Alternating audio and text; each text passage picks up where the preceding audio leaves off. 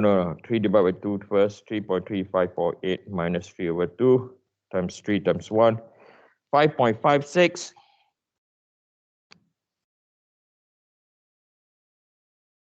5.564 inches to the cube. So now we have everything. So V, so we are going to calculate Q. It's equal V is equal to 700. Given in the question, Q is 5.564.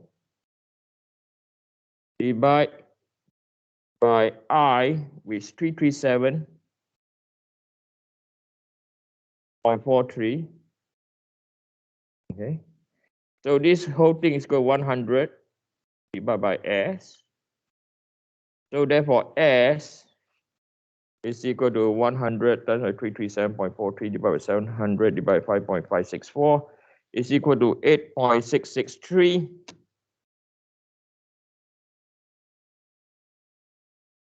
inches. Okay. So this is for the horizontal nail. Okay. Now, you don't find, you were asked why didn't we take why didn't we also consider, why didn't we consider this area also? Okay. Like what I told you, right?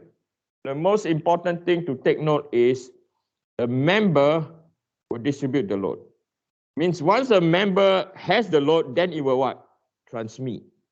Okay, have that mindset in mind. Okay, then you can do problems like that without conflict in your heart. Okay, I used to have a lot of conflict when I was doing a lot of examples on all these questions. Not anymore. Okay, now, so the next thing now, we're going to look at any question so far from anyone, either online.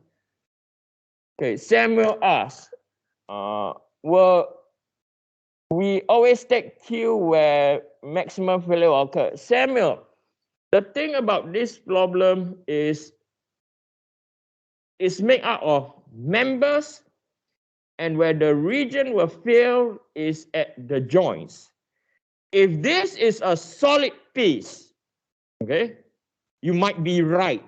If this is a solid piece, you might, but when I say you might be right, you still have to check with the thickness. Samuel, is that clear? Just put a thumbs up or just say yes, Samuel.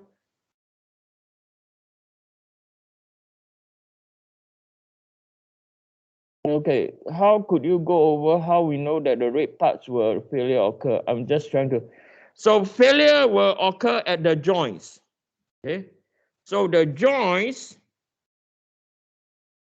if you look at the 3D, this is a joint. Okay, this is a joint, and this is the joint. Okay, so failure will occur at the joints. And for this question, it's very particular to ask that, okay, I mean, this is a question that direct you to look at the nails. Okay, in reality, right, your question will not be like this. In reality, you just have the structure. Okay, so you need to know what information to look for, Jihan. Is that clear, Jihan?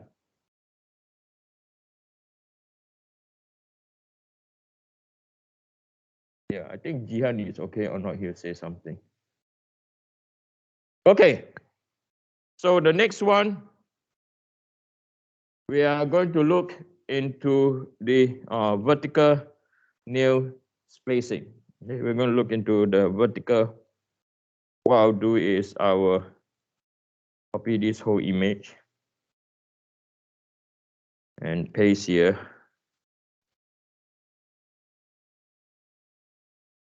So we are going to look at everyone face to face. You guys are okay over here? Yes.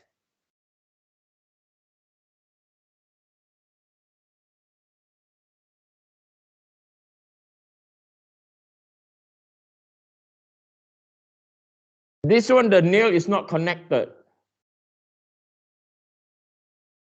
Yeah, they go to the, if you want to take both, you could, The only thing, if we want to take both, you have to do both. Right? You have to consider the area. So the question is, why I don't consider left and right? You could, okay, so if we do left and right again, your Q now, right? So consider, that's a good question. Consider both left and right. Okay, nails.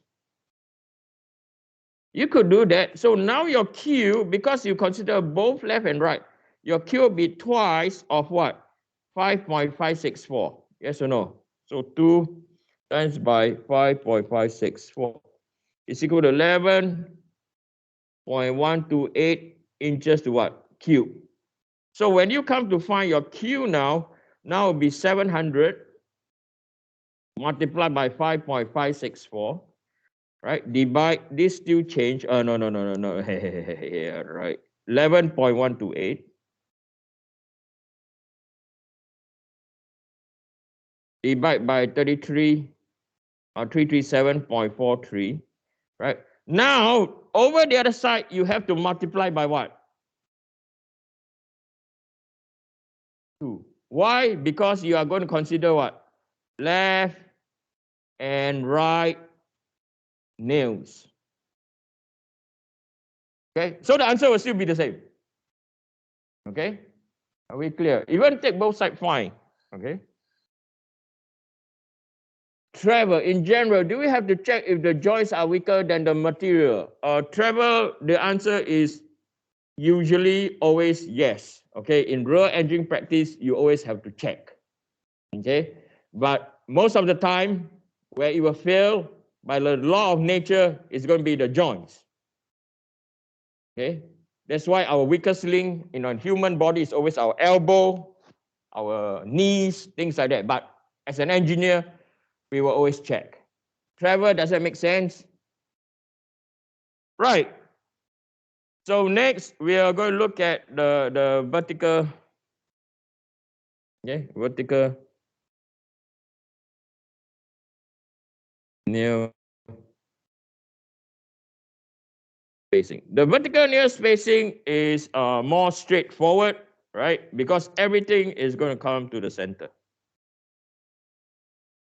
So if you look at the vertical nail spacing, so I'm going to circle this in red, all right? Vertical nail, all right? So where failure will occur over here.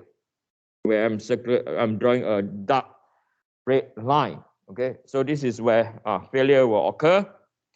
So it's very obvious what to do, right? Not what to do, what first moment of area to take. The first moment of area to take for this time now is we're going to take the first moment of area of this entire structure over here.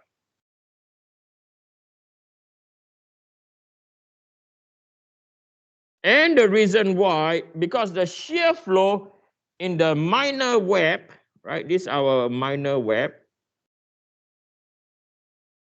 Okay, hey, web, come on, Eugene, don't rush.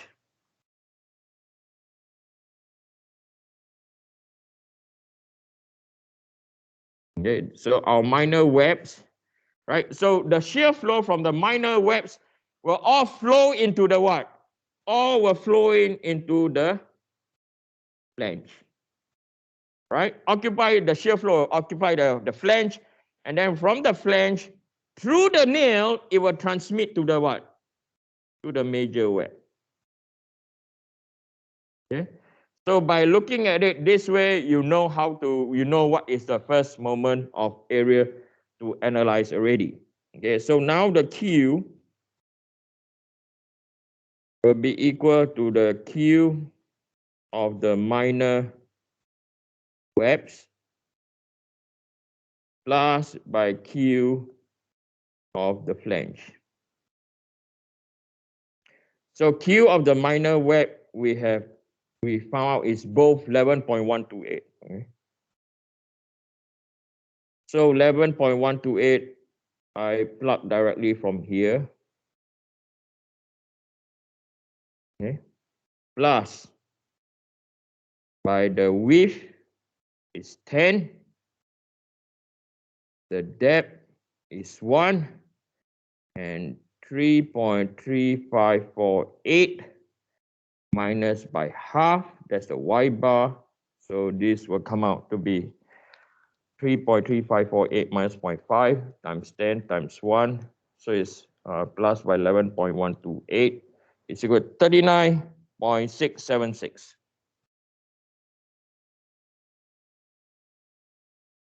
Inches cubed. Then from here, we plug into the same formula where Q is equal to 700 multiplied by 5, not 5.546, come on, 39.676 divided by 337.43, and this is equal to 100 divided by S prime. Okay, so vertical nail spacing is our S prime. So therefore, our S prime will be equal to 100 times by 337.43 divided by 700 divided by 39.676. So it's equal to 1.2149 or 1.215.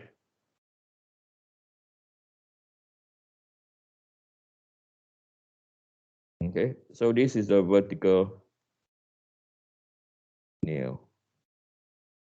Okay, so in reality, okay, this is what has been calculated. In real life, it's difficult to measure 8.663 on the deck. So you usually use less than 8.663. Okay, it can be 8.5 inches, is fine. Or, and the one below, probably you'll use you make sure that your spacing is less than 1.2 inches. Okay.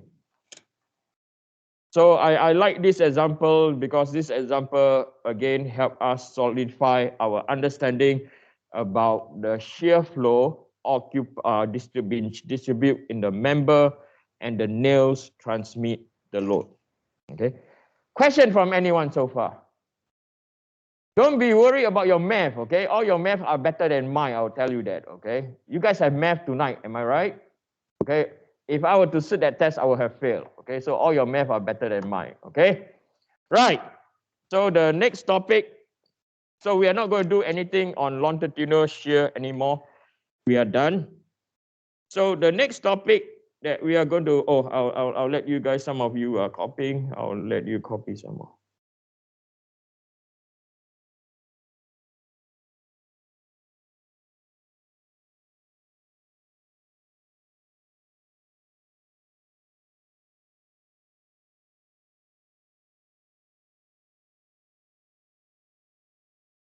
By the way, quiz 3 is out, okay? And I think I moved the due date to Sunday, okay? I know some of you have term test coming. So I move it to Sunday. Make sure do it, okay? Right. If you had a safety factor of 2, will you divide the near spacing by 2? Yeah. Okay. Right. Next, we are going to look at a new topic, a subtopic. Okay. So it's known as unsymmetric loading.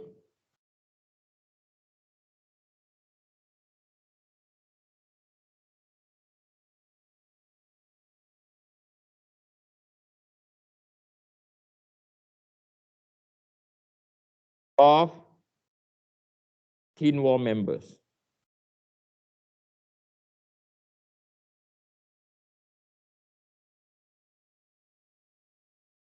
Okay.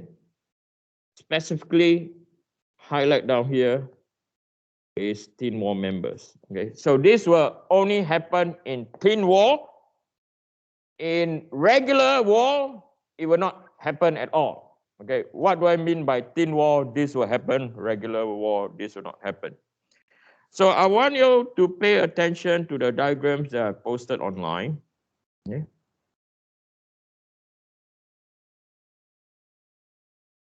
So this is Okay. So we have a beam. Okay, we call it a channel beam. So for this case, okay, is what we call condition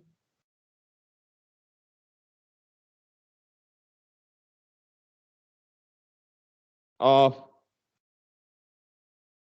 symmetrical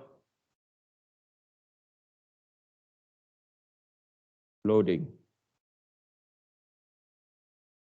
Okay. So the symmetrical over here, what does it actually mean symmetrical? Okay. So again, let me highlight what do we mean by symmetrical, or not, it's not very clear.